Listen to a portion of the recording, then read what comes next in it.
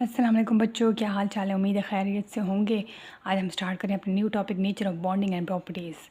तो वीडियो पूरी देखिएगा क्योंकि बहुत ज़्यादा शदीद गर्मी और मैं शदीद गर्मी में सिर्फ आप लोगों के लिए क्लूज़ वाले टॉपिक लेके आई हूँ और आपके लिए लेक्चर कर रही हूँ।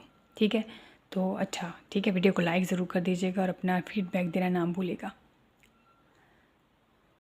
Nature of bonding and properties यानी जो हमारे पास आयनिक कंपाउंड है, ये जो कोवलेंट बॉन्ड्स हैं, ये जो कंपाउंड्स हैं इनके दरमियान फोर्सेस कैसी हैं इसके बारे में पढ़ेंगे। अब फोर्सेस किस तरह होंगी, इनके मेल्टिंग पॉइंट कैसे हैं, मेल्टिंग बॉइलिंग पॉइंट कैसे हैं, ये किस तरह नज़र आती हैं, इसके बारे में आज पढ़ेंगे।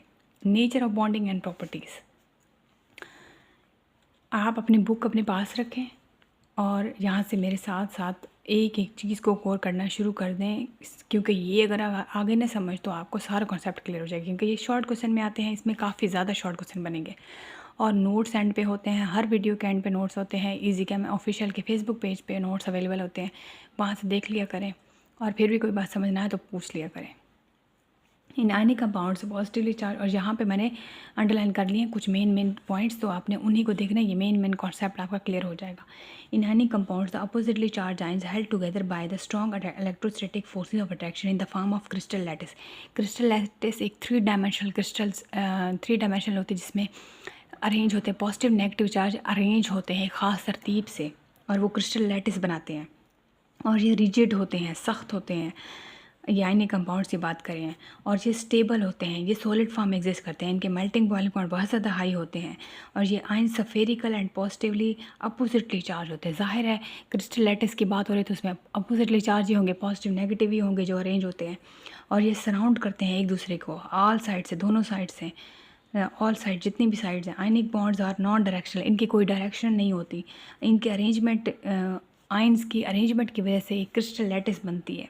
ये जो आपको पिक्चर जो है नज़र आ रही है ना, ये क्रिस्टल लैटिस बन रही है, NaCl की मैंने आपको दिखाई थी। तो ये देखें, ये क्रिस्टल लैटिस है, ठीक है।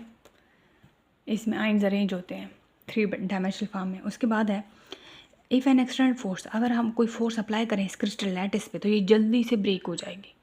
क्या मतलब, अभी तो हम कह रहे थे कि इसके फोर्सेस स्ट्रॉन्ग है, अभी तो हम कह रहे थे मेल्टिंग बॉइलिंग पॉइंट स्ट्रॉन्ग है, हाई है, इस अभी तो हम कह रहे थे कि ये रिजिड है, सख्त है, अरेंजमेंट है, ये क्रिस्टल लैटिस है। लेकिन अगर हम इसके ऊपर फोर्स अप्लाई करेंगे तो ये जल्दी टूट जाएंगे। इसका मतलब है आयनिक कंपाउंड ब्रिटल है, हाईली ब्रिटल, भुरभुरे रेत की तरह। In solid form ionic compounds don't conduct. अच्छा, अगर सॉलिड फॉर्म में आयनिक कंपाउंड है तो इसमें से इलेक्ट्रिसिटी पास नहीं हो सकती। जाहिर है पत्थर है या नमक ले तो इसमें से कहाँ पास होगी, लेकिन नमक को अगर गीला कर दो, मेल्टेड स्टेट कर दो या नमक को पानी के अंदर डाल दो तो वो इलेक्ट्रिसिटी कंडक्ट होगी। कंडक्टिविटी तब होती है जब फ्री इलेक्ट्रॉन्स आइंस मूव कर रहे होते हैं ना, तब होती है। और इलेक्ट्रॉन्स और आइंस मूव तब करते हैं जब आप लिक्विड के अंदर डालते हो, आप इनको मेल्ट करते हो, आप पिघली हुई हालत में ले आते हो, तब इलेक्ट्रिसिटी पास होती है। यहाँ पे ionic compounds don't conduct electricity because ions are tightly held and can not move. Solid में जो है ना आइंस मूव नहीं कर सकते, तो इसलिए इलेक्ट्रिसिटी फिर कंडक्ट होती नहीं है। लेकिन अगर मोल्टन स्टेट होती है तो आइंस फ्री हो जाते हैं और कंडक्टिविटी स्टार्ट हो सकती है, इलेक्ट्रिसिटी पास हो सकती है। Ionic solids are generally soluble, ये पानी के अंदर, यहाँ पे अब सॉल्युबिलिटी की हेडिंग है, ये पानी के अंदर सॉल्युबल होते हैं। Water not only break the electrostatic force of attraction but also hydrate the resulting free ions. यहाँ पे दो बातें हैं। एक बात यह है कि वाटर की जो फोर्सेज हैं, वाटर के जो आइंस हैं वो सराउंड करने लग जाते हैं, वाटर ब्रेक करता है फोर्सेस को। पहली बात कि वाटर जो है इन आयनिक कंपाउंड्स की, इन सॉलिड्स को, जब सॉलिड्स पानी के अंदर डालते हैं ना तो वाटर जो है इसके फोर्सेस को ब्रेक कर देता है। दूसरी बात यह है कि ये हाइड्रेट करता है, मतलब क्या है, वाटर के मालिक्यूल सराउंड करना शुरू कर देते हैं, यानी हाइड्रेशन वाला प्रोसेस भी हो जाता है। हाइड्रेशन का मतलब है कि वाटर के मालिक्यूल्स, वाटर के हाइड्रोजन, वाटर के जो है इनको हाइड्रेट कर रहे हैं, इनको सराउंड कर रहे हैं, इसके इर्द गिर्द इकट्ठे होना शुरू हो रहे हैं। तो जैसे कोई चीज़ NaCl पानी के अंदर डालें तो ये जो है, ये देखें Na जो है, एक Na है, इसको वाटर का मालिक्यूल सराउंड कर रहे हैं। ये देखो H2 ये देखो इस तरह मालिक्यूल शो कर रहे हैं। H2O ऑक्सीजन इधर, पीछे दो H पॉजिटिव, ठीक है, इस तरह सराउंड करने लग जाते हैं। और क्लोरीन को भी बिल्कुल, क्लोरीन नेगेटिव है ना तो इसको ये H पॉजिटिव, फिर ये O नेगेटिव H, फिर ये H पॉजिटिव, यानी नेगेटिव को ये H पॉजिटिव वाला सिरा उस करता है। वाटर का जो है ना फार्मूला H2O है, तो जब नमक पानी के अंदर डालेंगे ना तो जो ऑक्सीजन का सिरा होगा नेगेटिव वाला, वो H पॉजिटिव की तरफ जाएगा। इस तरह इसकी कुछ शक्ल हो जाएगी, ये इस तरह, ये पीछे दो, और जब क्लोरीन की बात करें तो ये कुछ इस तरह शक्ल हो जाएगी, H पॉजिटिव इसकी तरफ। ठीक, यहाँ पे है ionic compounds is an aqueous solution also conduct electricity, यानी पानी के अंदर एक्वस, पानी के अंदर आयनिक कंपाउंड पानी के अंदर डालें तो कंडक्टिविटी इलेक्ट्रिसिटी होती है, कंडक्ट पास होती है, इलेक्ट्रिसिटी पास होगी फ्री आयंस की वजह से, क्योंकि आयंस फ्री हो जाते हैं। सॉलिड जब भी पानी के अंदर डालते हैं तो वो टूट जाते हैं पानी के अंदर, तो वो आयंस फ्री मूव कर देते हैं तो इलेक्ट्रिसिटी पास हो सकती है। Can now move towards their respective electrodes, वही बात कि वो नेगेटिव, क्लोरीन जो है नेगेटिवली चार्ज है, नेगेटिव होते हैं तो उसकी तरफ जो है पानी की ऑक्सीजन आती है, पानी का जो वाटर मॉलिक्यूल है H2O उसकी ऑक्सीजन नेगेटिव है तो वो किसके पास आएगी, वो सोडियम के पास, उसका स्ट्रक्चर सोडियम की तरफ उसका मुंह होगा, और ये जो दूसरी है क्या कहते हैं उसको, क्लोरीन, उसकी तरफ H पॉजिटिव आएगा सिरा। अच्छा, उसके बाद है ionic compound react in aqueous solution, ये आयनिक कंपाउंड्स पानी के अंदर बहुत जल्दी रिएक्ट कर जाते हैं। When we mix two solution, जब हम दो सोल्यूशन को मिक्स करें और हैं भी वो आयनिक, AgNO3, सिल्वर नाइट्रेट, NaCl दोनों ही आयनिक हैं, और हम पोलर सॉल्वेंट में जब इनको डाल रहे हैं, पानी के अंदर डाल रहे हैं, तो Na पॉजिटिव अलग, Cl नेगेटिव अलग, Ag पॉजिटिव अलग, NO3 नेगेटिव अलग, ये अलग अलग हो जाएंगे। ठीक है, ये ब्रेक, वाटर ने इनके फोर्सेस को ब्रेक कर दिया है। मज़ीद हम मिक्सिंग करेंगे तो फिर क्या होगा, ये AgCl का आपस में प्रेसिपिटेट बन जाएगा, Na पॉजिटिव फिर वही रहेंगे और NO3 भी वही रहेंगे, लेकिन इनका जो है प्रेसिपिटेट फॉर्म हो जाएगा, white precipitate. When we mix two solution of ionic compound, the positive ions of one compound may react with the negative ions of other to form new compounds, यानी कि जब हम इनको मिक्स करते हैं, mix करते रहते हैं, अभी इन दोनों को पानी के अंदर मिक्स किया है तो फिर मज़ीद मिक्सिंग करते गए, Na पॉजिटिव और NO3 नेगेटिव अलग थे, Ag पॉजिटिव Cl नेगेटिव भी अलग थे, लेकिन फिर एक टाइम आएगा ये दोनों मिक्स हो जाएंगे। मज़ीद मिक्सिंग करने के बाद ये प्रेसिपिटेट बन जाएगा, AgCl सिल्वर क्लोराइड, और बाकी इनको तो कुछ होगा ही नहीं। उसके बाद है वाइट प्रेसिपिटेट और सिल्वर क्लोराइड, ये come out of the aqueous solution के अंदर जो है वो नीचे बैठ जाएंगे, AgCl का जो है प्रेसिपिटेट, ये प्रेसिपिटेट कहते हैं पाउडरी फॉर्म। उसके बाद इंटरेस्टिंग इन्फॉर्मेशन है, conduction of ionic compounds in the molten state and in the form of aqueous solution has been utilized to prepare many important elements and compounds, यानी कि जो ionic compounds conduct करते हैं electricity molten form में तो या aqueous solution में, तो इसके बहुत ज़्यादा एलिमेंट्स कंपाउंड जो हैं वो काफ़ी चीज़ों को बनाने में हेल्प आउट करते हैं। For example electrolysis of molten sodium chloride give us, अगर हम सोडियम क्लोराइड की इलेक्ट्रोलिसिस करें, बिजली गुजारें पिघले हुए सोडियम क्लोराइड से, तो सोडियम मेटल हमें हासिल होगी, क्लोरीन गैस हासिल होगी। Electrolysis of aqueous sodium chloride give sodium hydroxide, हमें सोडियम हाइड्रोक्साइड भी मिलती है, क्लोरीन गैस भी मिलती है। डायमंड जो है वो एक्सेप्शनल हार्डनेस डायमंड हार्ड होता है, ये भी एक कंपाउंड है, ये हार्ड होता है, ये इंडस्ट्री में यूज़ होता है ग्लास को कट करने के लिए। डायमंड के यूज़ बता रहे हैं कि कहाँ कहाँ पे यूज़ होते हैं। उसके बाद ड्रिलिंग की बात हो रही है, हार्ड रॉक्स, ये जो सख्त चट्टानें होती हैं, माइनिंग वाले ऑपरेशन जितने भी हैं, मतलब के चट्टानों को काटते हैं, पहाड़ों की ये जो खुदाई ये सारी हो रही है, ये इसके अंदर जो है वो डायमंड यूज़ होती है। अच्छा, ग्रेफाइट कहाँ पे, ये जो पेंसिल का सिक्का है इसको बनाने में यूज़ होता है, पॉलिशेस में यूज़ होता है, crucible. Graphite electrodes are use in battery के सेल्स में जो पॉजिटिव नेगेटिव टर्मिनल होता है, इलेक्ट्रोड्स होते हैं वो कुछ बने होते हैं इसके ग्रेफाइट के। और ये इलेक्ट्रिक फर्नेस से जो भट्टी होती है, electric arc furnace to produce steel जहाँ बन रही होती है, तो वहाँ पे जो फर्नेस होते हैं, जो भट्टी होते हैं जिसमें स्टील बन रही होती है, वो जो है भट्टी किस चीज़ की, इलेक्ट्रिक आर्क किस चीज़ की बनी होती है, वो भी ग्रेफाइट की बनी होती है। ये सारे यूजेस हैं।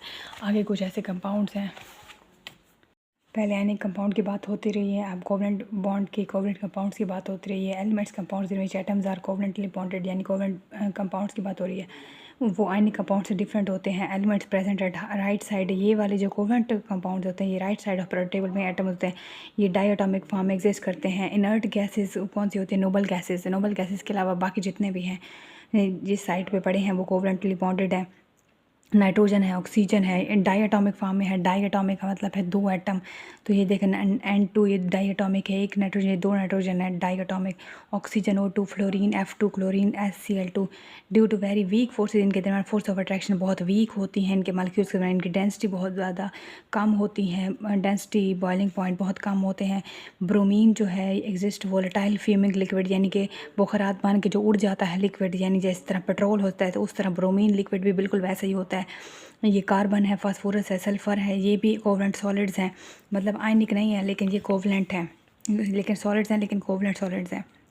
ये जो है एग्जिस्ट करते हैं एमॉर्फस और क्रिस्टलाइन फॉर्म में। क्रिस्टलाइन फॉर्म में एलिमेंट्स जो हैं के एटम्स तरतीब में होते हैं, लेकिन ये जो एमॉर्फस है इसमें कोई शेप नहीं होती इनकी। उसके बाद कोल है, कोल क्या होता है इसके ऊपर शॉर्ट क्वेश्चन आ सकता है। ये एमॉर्फस है, इसकी कोई ख़ास शेप नहीं होती। ये कार्बन की फॉर्म है, कोयला, ठीक है। Where is diamond and graphite, ये भी कार्बन की फॉर्म है, लेकिन डायमंड और ग्रेफाइट क्रिस्टल की फॉर्म में है, लेकिन कोयला जो कोल है ये क्रिस्टल फॉर्म के में नहीं है, ये एमॉर्फस फॉर्म में है। उसके बाद है coal is used as a fuel in the electricity generated plants, ये फ्यूल में इलेक्ट्रिसिटी प्रोड्यूस करने में यूज़ हो रहा है। डायमंड जो है वो कहाँ पे यूज़ हो रहा है? डायमंड जो है each carbon is surrounded by 4 other carbon. आपको पता है जो कार्बन एटम है, जो जितने भी ऑर्गेनिक कंपाउंड है, जितने भी यानी कि कार्बन की फॉर्म कैटेगरीज़ की फॉर्म हो रही है, उनके एलोट्रोप्स की फॉर्म हो रही है, तो इसमें हर कार्बन जो है वो फर्दर 4 कार्बन के साथ अरेंज हो जाता है, लिंक होता है। इनके दरमियान जो बॉन्ड होता है वो कोवलेंट बॉन्ड होता है, इनका स्ट्रक्चर रिजिड होता है। डायमंड हार्ड है, सख्त है, इस अर्थ पे, इस प्लानट पे कटिंग के लिए, पॉलिशिंग के लिए, ड्रिलिंग के लिए यूज़ होता है। ग्रेफाइट जो पेंसिल का सिक्का है वो ग्रेफाइट उसके अंदर यूज़ होती है। इसका इसके लेयर की फॉर्म में स्ट्रक्चर होते हैं, अरेंज होते हैं। हेक्सागोनल रिंग्स हैं, पीछे हमने पढ़े थे। Layers are not bonded, bonded इनकी स्ट्रांगली नहीं है, तो ये स्लिप पास्ट हो सकते हैं एक दूसरे के ऊपर, ये मूव हो सकते हैं। ये लुब्रिकेंट के लिए यूज़ होता है। Further these layers are use in mobile electrons इसके अंदर प्रेजेंट होते हैं। और ग्रेफाइट गुड कंडक्टर इलेक्ट्रिसिटी का, और ये इलेक्ट्रोड्स की फॉर्म में भी यूज़ होता है। पीछे भी पड़ा है। बाइनरी कोवलेंट कंपाउंड्स क्या होते हैं? जो 2 एटम से मिलकर बने होते हैं। फॉर एग्जांपल ये एक कार्बन है, एक 4 हाइड्रोजन है, ये बाइनरी है। बाइनरी का मतलब 2 एटम। अब दूसरा एटम चाहे ज़्यादा भी हो, जिसमें हाइड्रोजन हो, कोई और एटम ज़्यादा हो, लेकिन ये बाइनरी हैं, 2 से मिलके बना है। बाइनरी कोवलेंट कंपाउंड्स कौन से होते हैं? ये लो टेम्परेचर पे बॉइलिंग गैसेज हैं। वाटर के अलावा बाइनरी जो कोवलेंट कंपाउंड्स हैं वो low temperature. For example methane है, मीथेन हमारे जो घरों में गैस यूज़ होती है, CH4 इसका फार्मूला है। ये बाइनरी कोवलेंट कंपाउंड है। अमोनिया NH3, अमोनिया गैस, गटरों के अंदर से स्मेल जो आ रही होती है उसके अंदर से भी अमोनिया गैस की स्मेल होती है। हाइड्रोजन सल्फाइड, ये भी बाइनरी कोवलेंट कंपाउंड है। और हाइड्रोजन क्लोराइड HCl, ये भी बाइनरी कोवलेंट कंपाउंड है। Nitrogen dioxide, carbon dioxide, sulphur dioxide, ये भी कोवलेंट कंपाउंड्स हैं।